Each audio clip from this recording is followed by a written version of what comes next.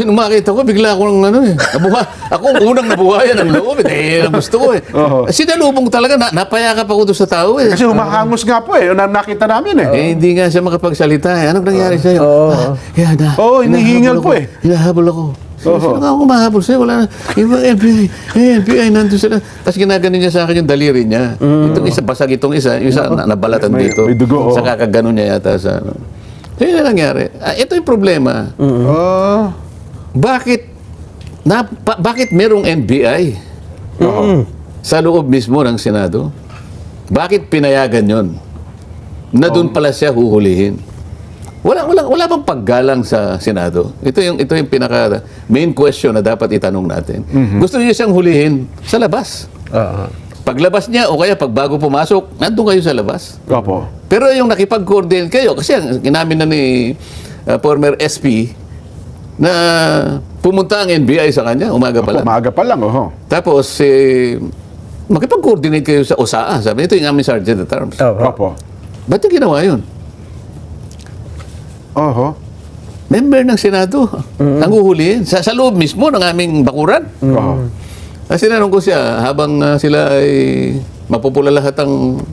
nasa lounge. Habang nasa lounge sila, Sabi ko, SP, nung nakipag-coordinate ba sa'yo, pinakita sa'yo yung warrant of arrest? Hindi. So, hindi mo tinignan? Hindi. With more reason, anong ginagawa ng NBI sa premises ng Senado? Tapos, nung gabi na, ng Miyerkules na yun, pinatawag namin. Kasi nga, yung nagbarilan, hindi pa yata. Yung gabi na yun, wala pa yung... Hindi pa yun. Lunes yata yun. Gabi na yun, pinatawag namin si Melvin Matibag. Sir, sabi niyo, ang instruction ko naman po sa kanila pag nakapasok na siya sa session hall, tigilan nyo na, huwag na niyang tutugisin. Stick mo na nga ako. Hindi mo sabihin yung hagdanan kung saan niyo si hinabol ka. Hindi party ka ako ng Senado yun. Yung parking na doon nagsimula ka akong habulan, hindi ka ako sa premises. Kaya pala habulan talaga, Pwede mo ba kaming bigyan ka ako ng kopya ng warrant of arrest? Opo. Sir, kasi nasa sasakyan ko eh. Hindi ngayon, bukas, sabi ko. Tapos, bigyan mo na rin kami ako nung communication or order ng ICC na pinasa sa kanya yung sa Interpol. Yung inisyo. Kasi yun ang officiality Yun ang proseso na dapat mangyari. So kung sakali ka ako na sinabihan, humingi ng request sa ICC, yung request na yun gusto naming makita. Okay. Tapos from the Interpol, ICC to Interpol request, Opo. So from Interpol, sabi ko, pumunta siya sa atin, PCTC, meron din communication. Ayan. Tapos yung PCTC, dahil siya yung counterpart ka ako ng Interpol, Opo. sinabihan ka niya, ikaw ang NBI, mag-execute. Yung deputization ng PCTC sa inyo, gusto ko rin makita. Therefore, there are 5 documents na gusto. Yes, sir, sabi niya. Ang ganyan, wala siya binibigay. Okay. Palagay mo ka kung dineputize ka, NBI magseserve. Bakit si Trillanes ang nagwawagay-way ka ako ng warrant of arrest? Yun, siya pa yun. Sino ba ako yun? Oo nga ho. Ang dami nilang dapat sagutin dito eh. Bakit ka ako? Si Trillanes ba? Sheriff na nga ako ng ICC? O naglilingkod na sa Interpol si Trillanes? Paano siya nangyaring napunta ron? Ito yung mga hindi nila sinasagot. Pagkatapos kung ano-anong sinasabi, nagkudita raw kami dahil sa impeachment. Kahit naman hindi sila napalitan ganun din ang bilang namin Lalo siguro lumakas pa ngayon dahil pinaggaganon nila kami. O palagay mo na hindi makakaboto si Senator Bato dahil biglang nawala na rin. Siyempre, pati nga yung protective custody, hindi nila ginagalang. O siguro, yung tao, nag-isip na, ayaw ko na rin madamay kayong lahat dito, baka magkabarilan dito. Nagpusa na lang tumalilis yung tao. Di ba? Pero 12 pa rin kami ngayon. Yun nga. O halimbawa, nagbutuhan kami. Ilan bang kailangan nila para... majority po, dapat para makonvict si Sara? Yung conviction ni Sara, parang...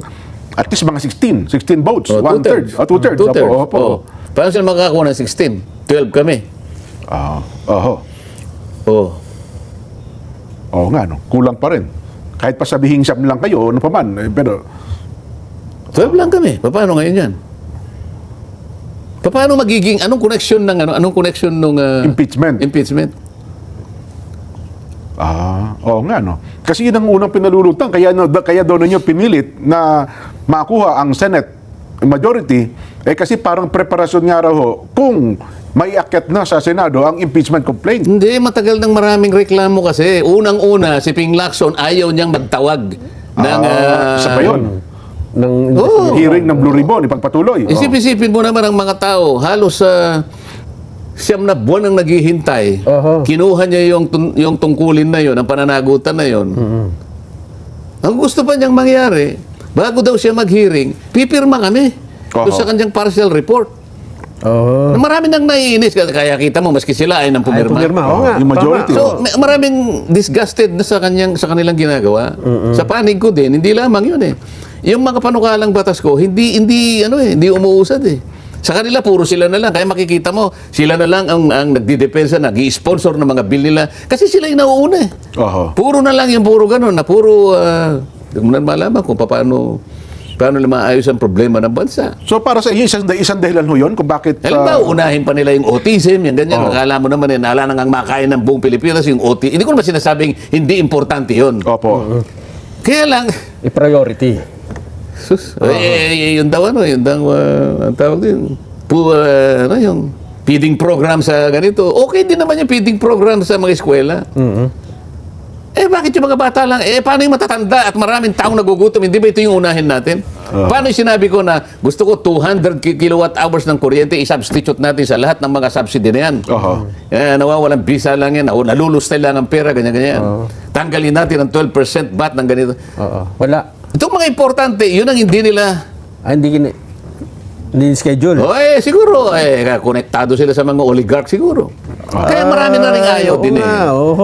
Gusto nila yung puro sa kanila lang, ganito. At pagka magpi-privilege fee, gusto silang lahat. Ako pag nag-privilege fee, alas 9 na ng gabi. Ating gabi.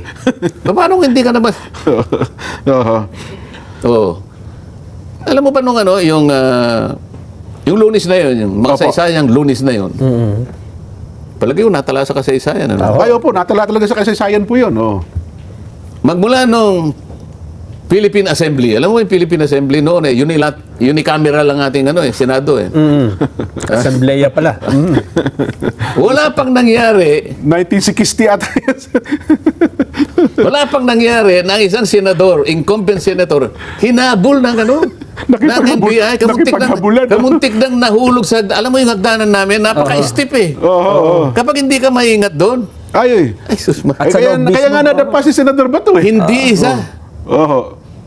Palagi ko alam mo nung nandun sila eh. Meron kaming palikuran sa likod ng session. Doon ako palaging dumadaan. Pupunta ako sa kubeta, yung masikip na lagusan na yon, papunta doon sa comfort room ng nandun lahat ng mga NBI. Kumakain, siguro gutom sila, may hawak lahat ng sandwich. Magagalang naman sila. Good afternoon po. Good afternoon ako. Pero, gusto ko ba't nandito kayo? Nakaharang na pa Isipin sa dadaanan, Ngayon lang nangyari sa kasaysayan ng Senado, hinabol ang isa sa amin. May hawak-hawak na warrant of arrest na hindi naman ipinakita. Bakit pinayagan?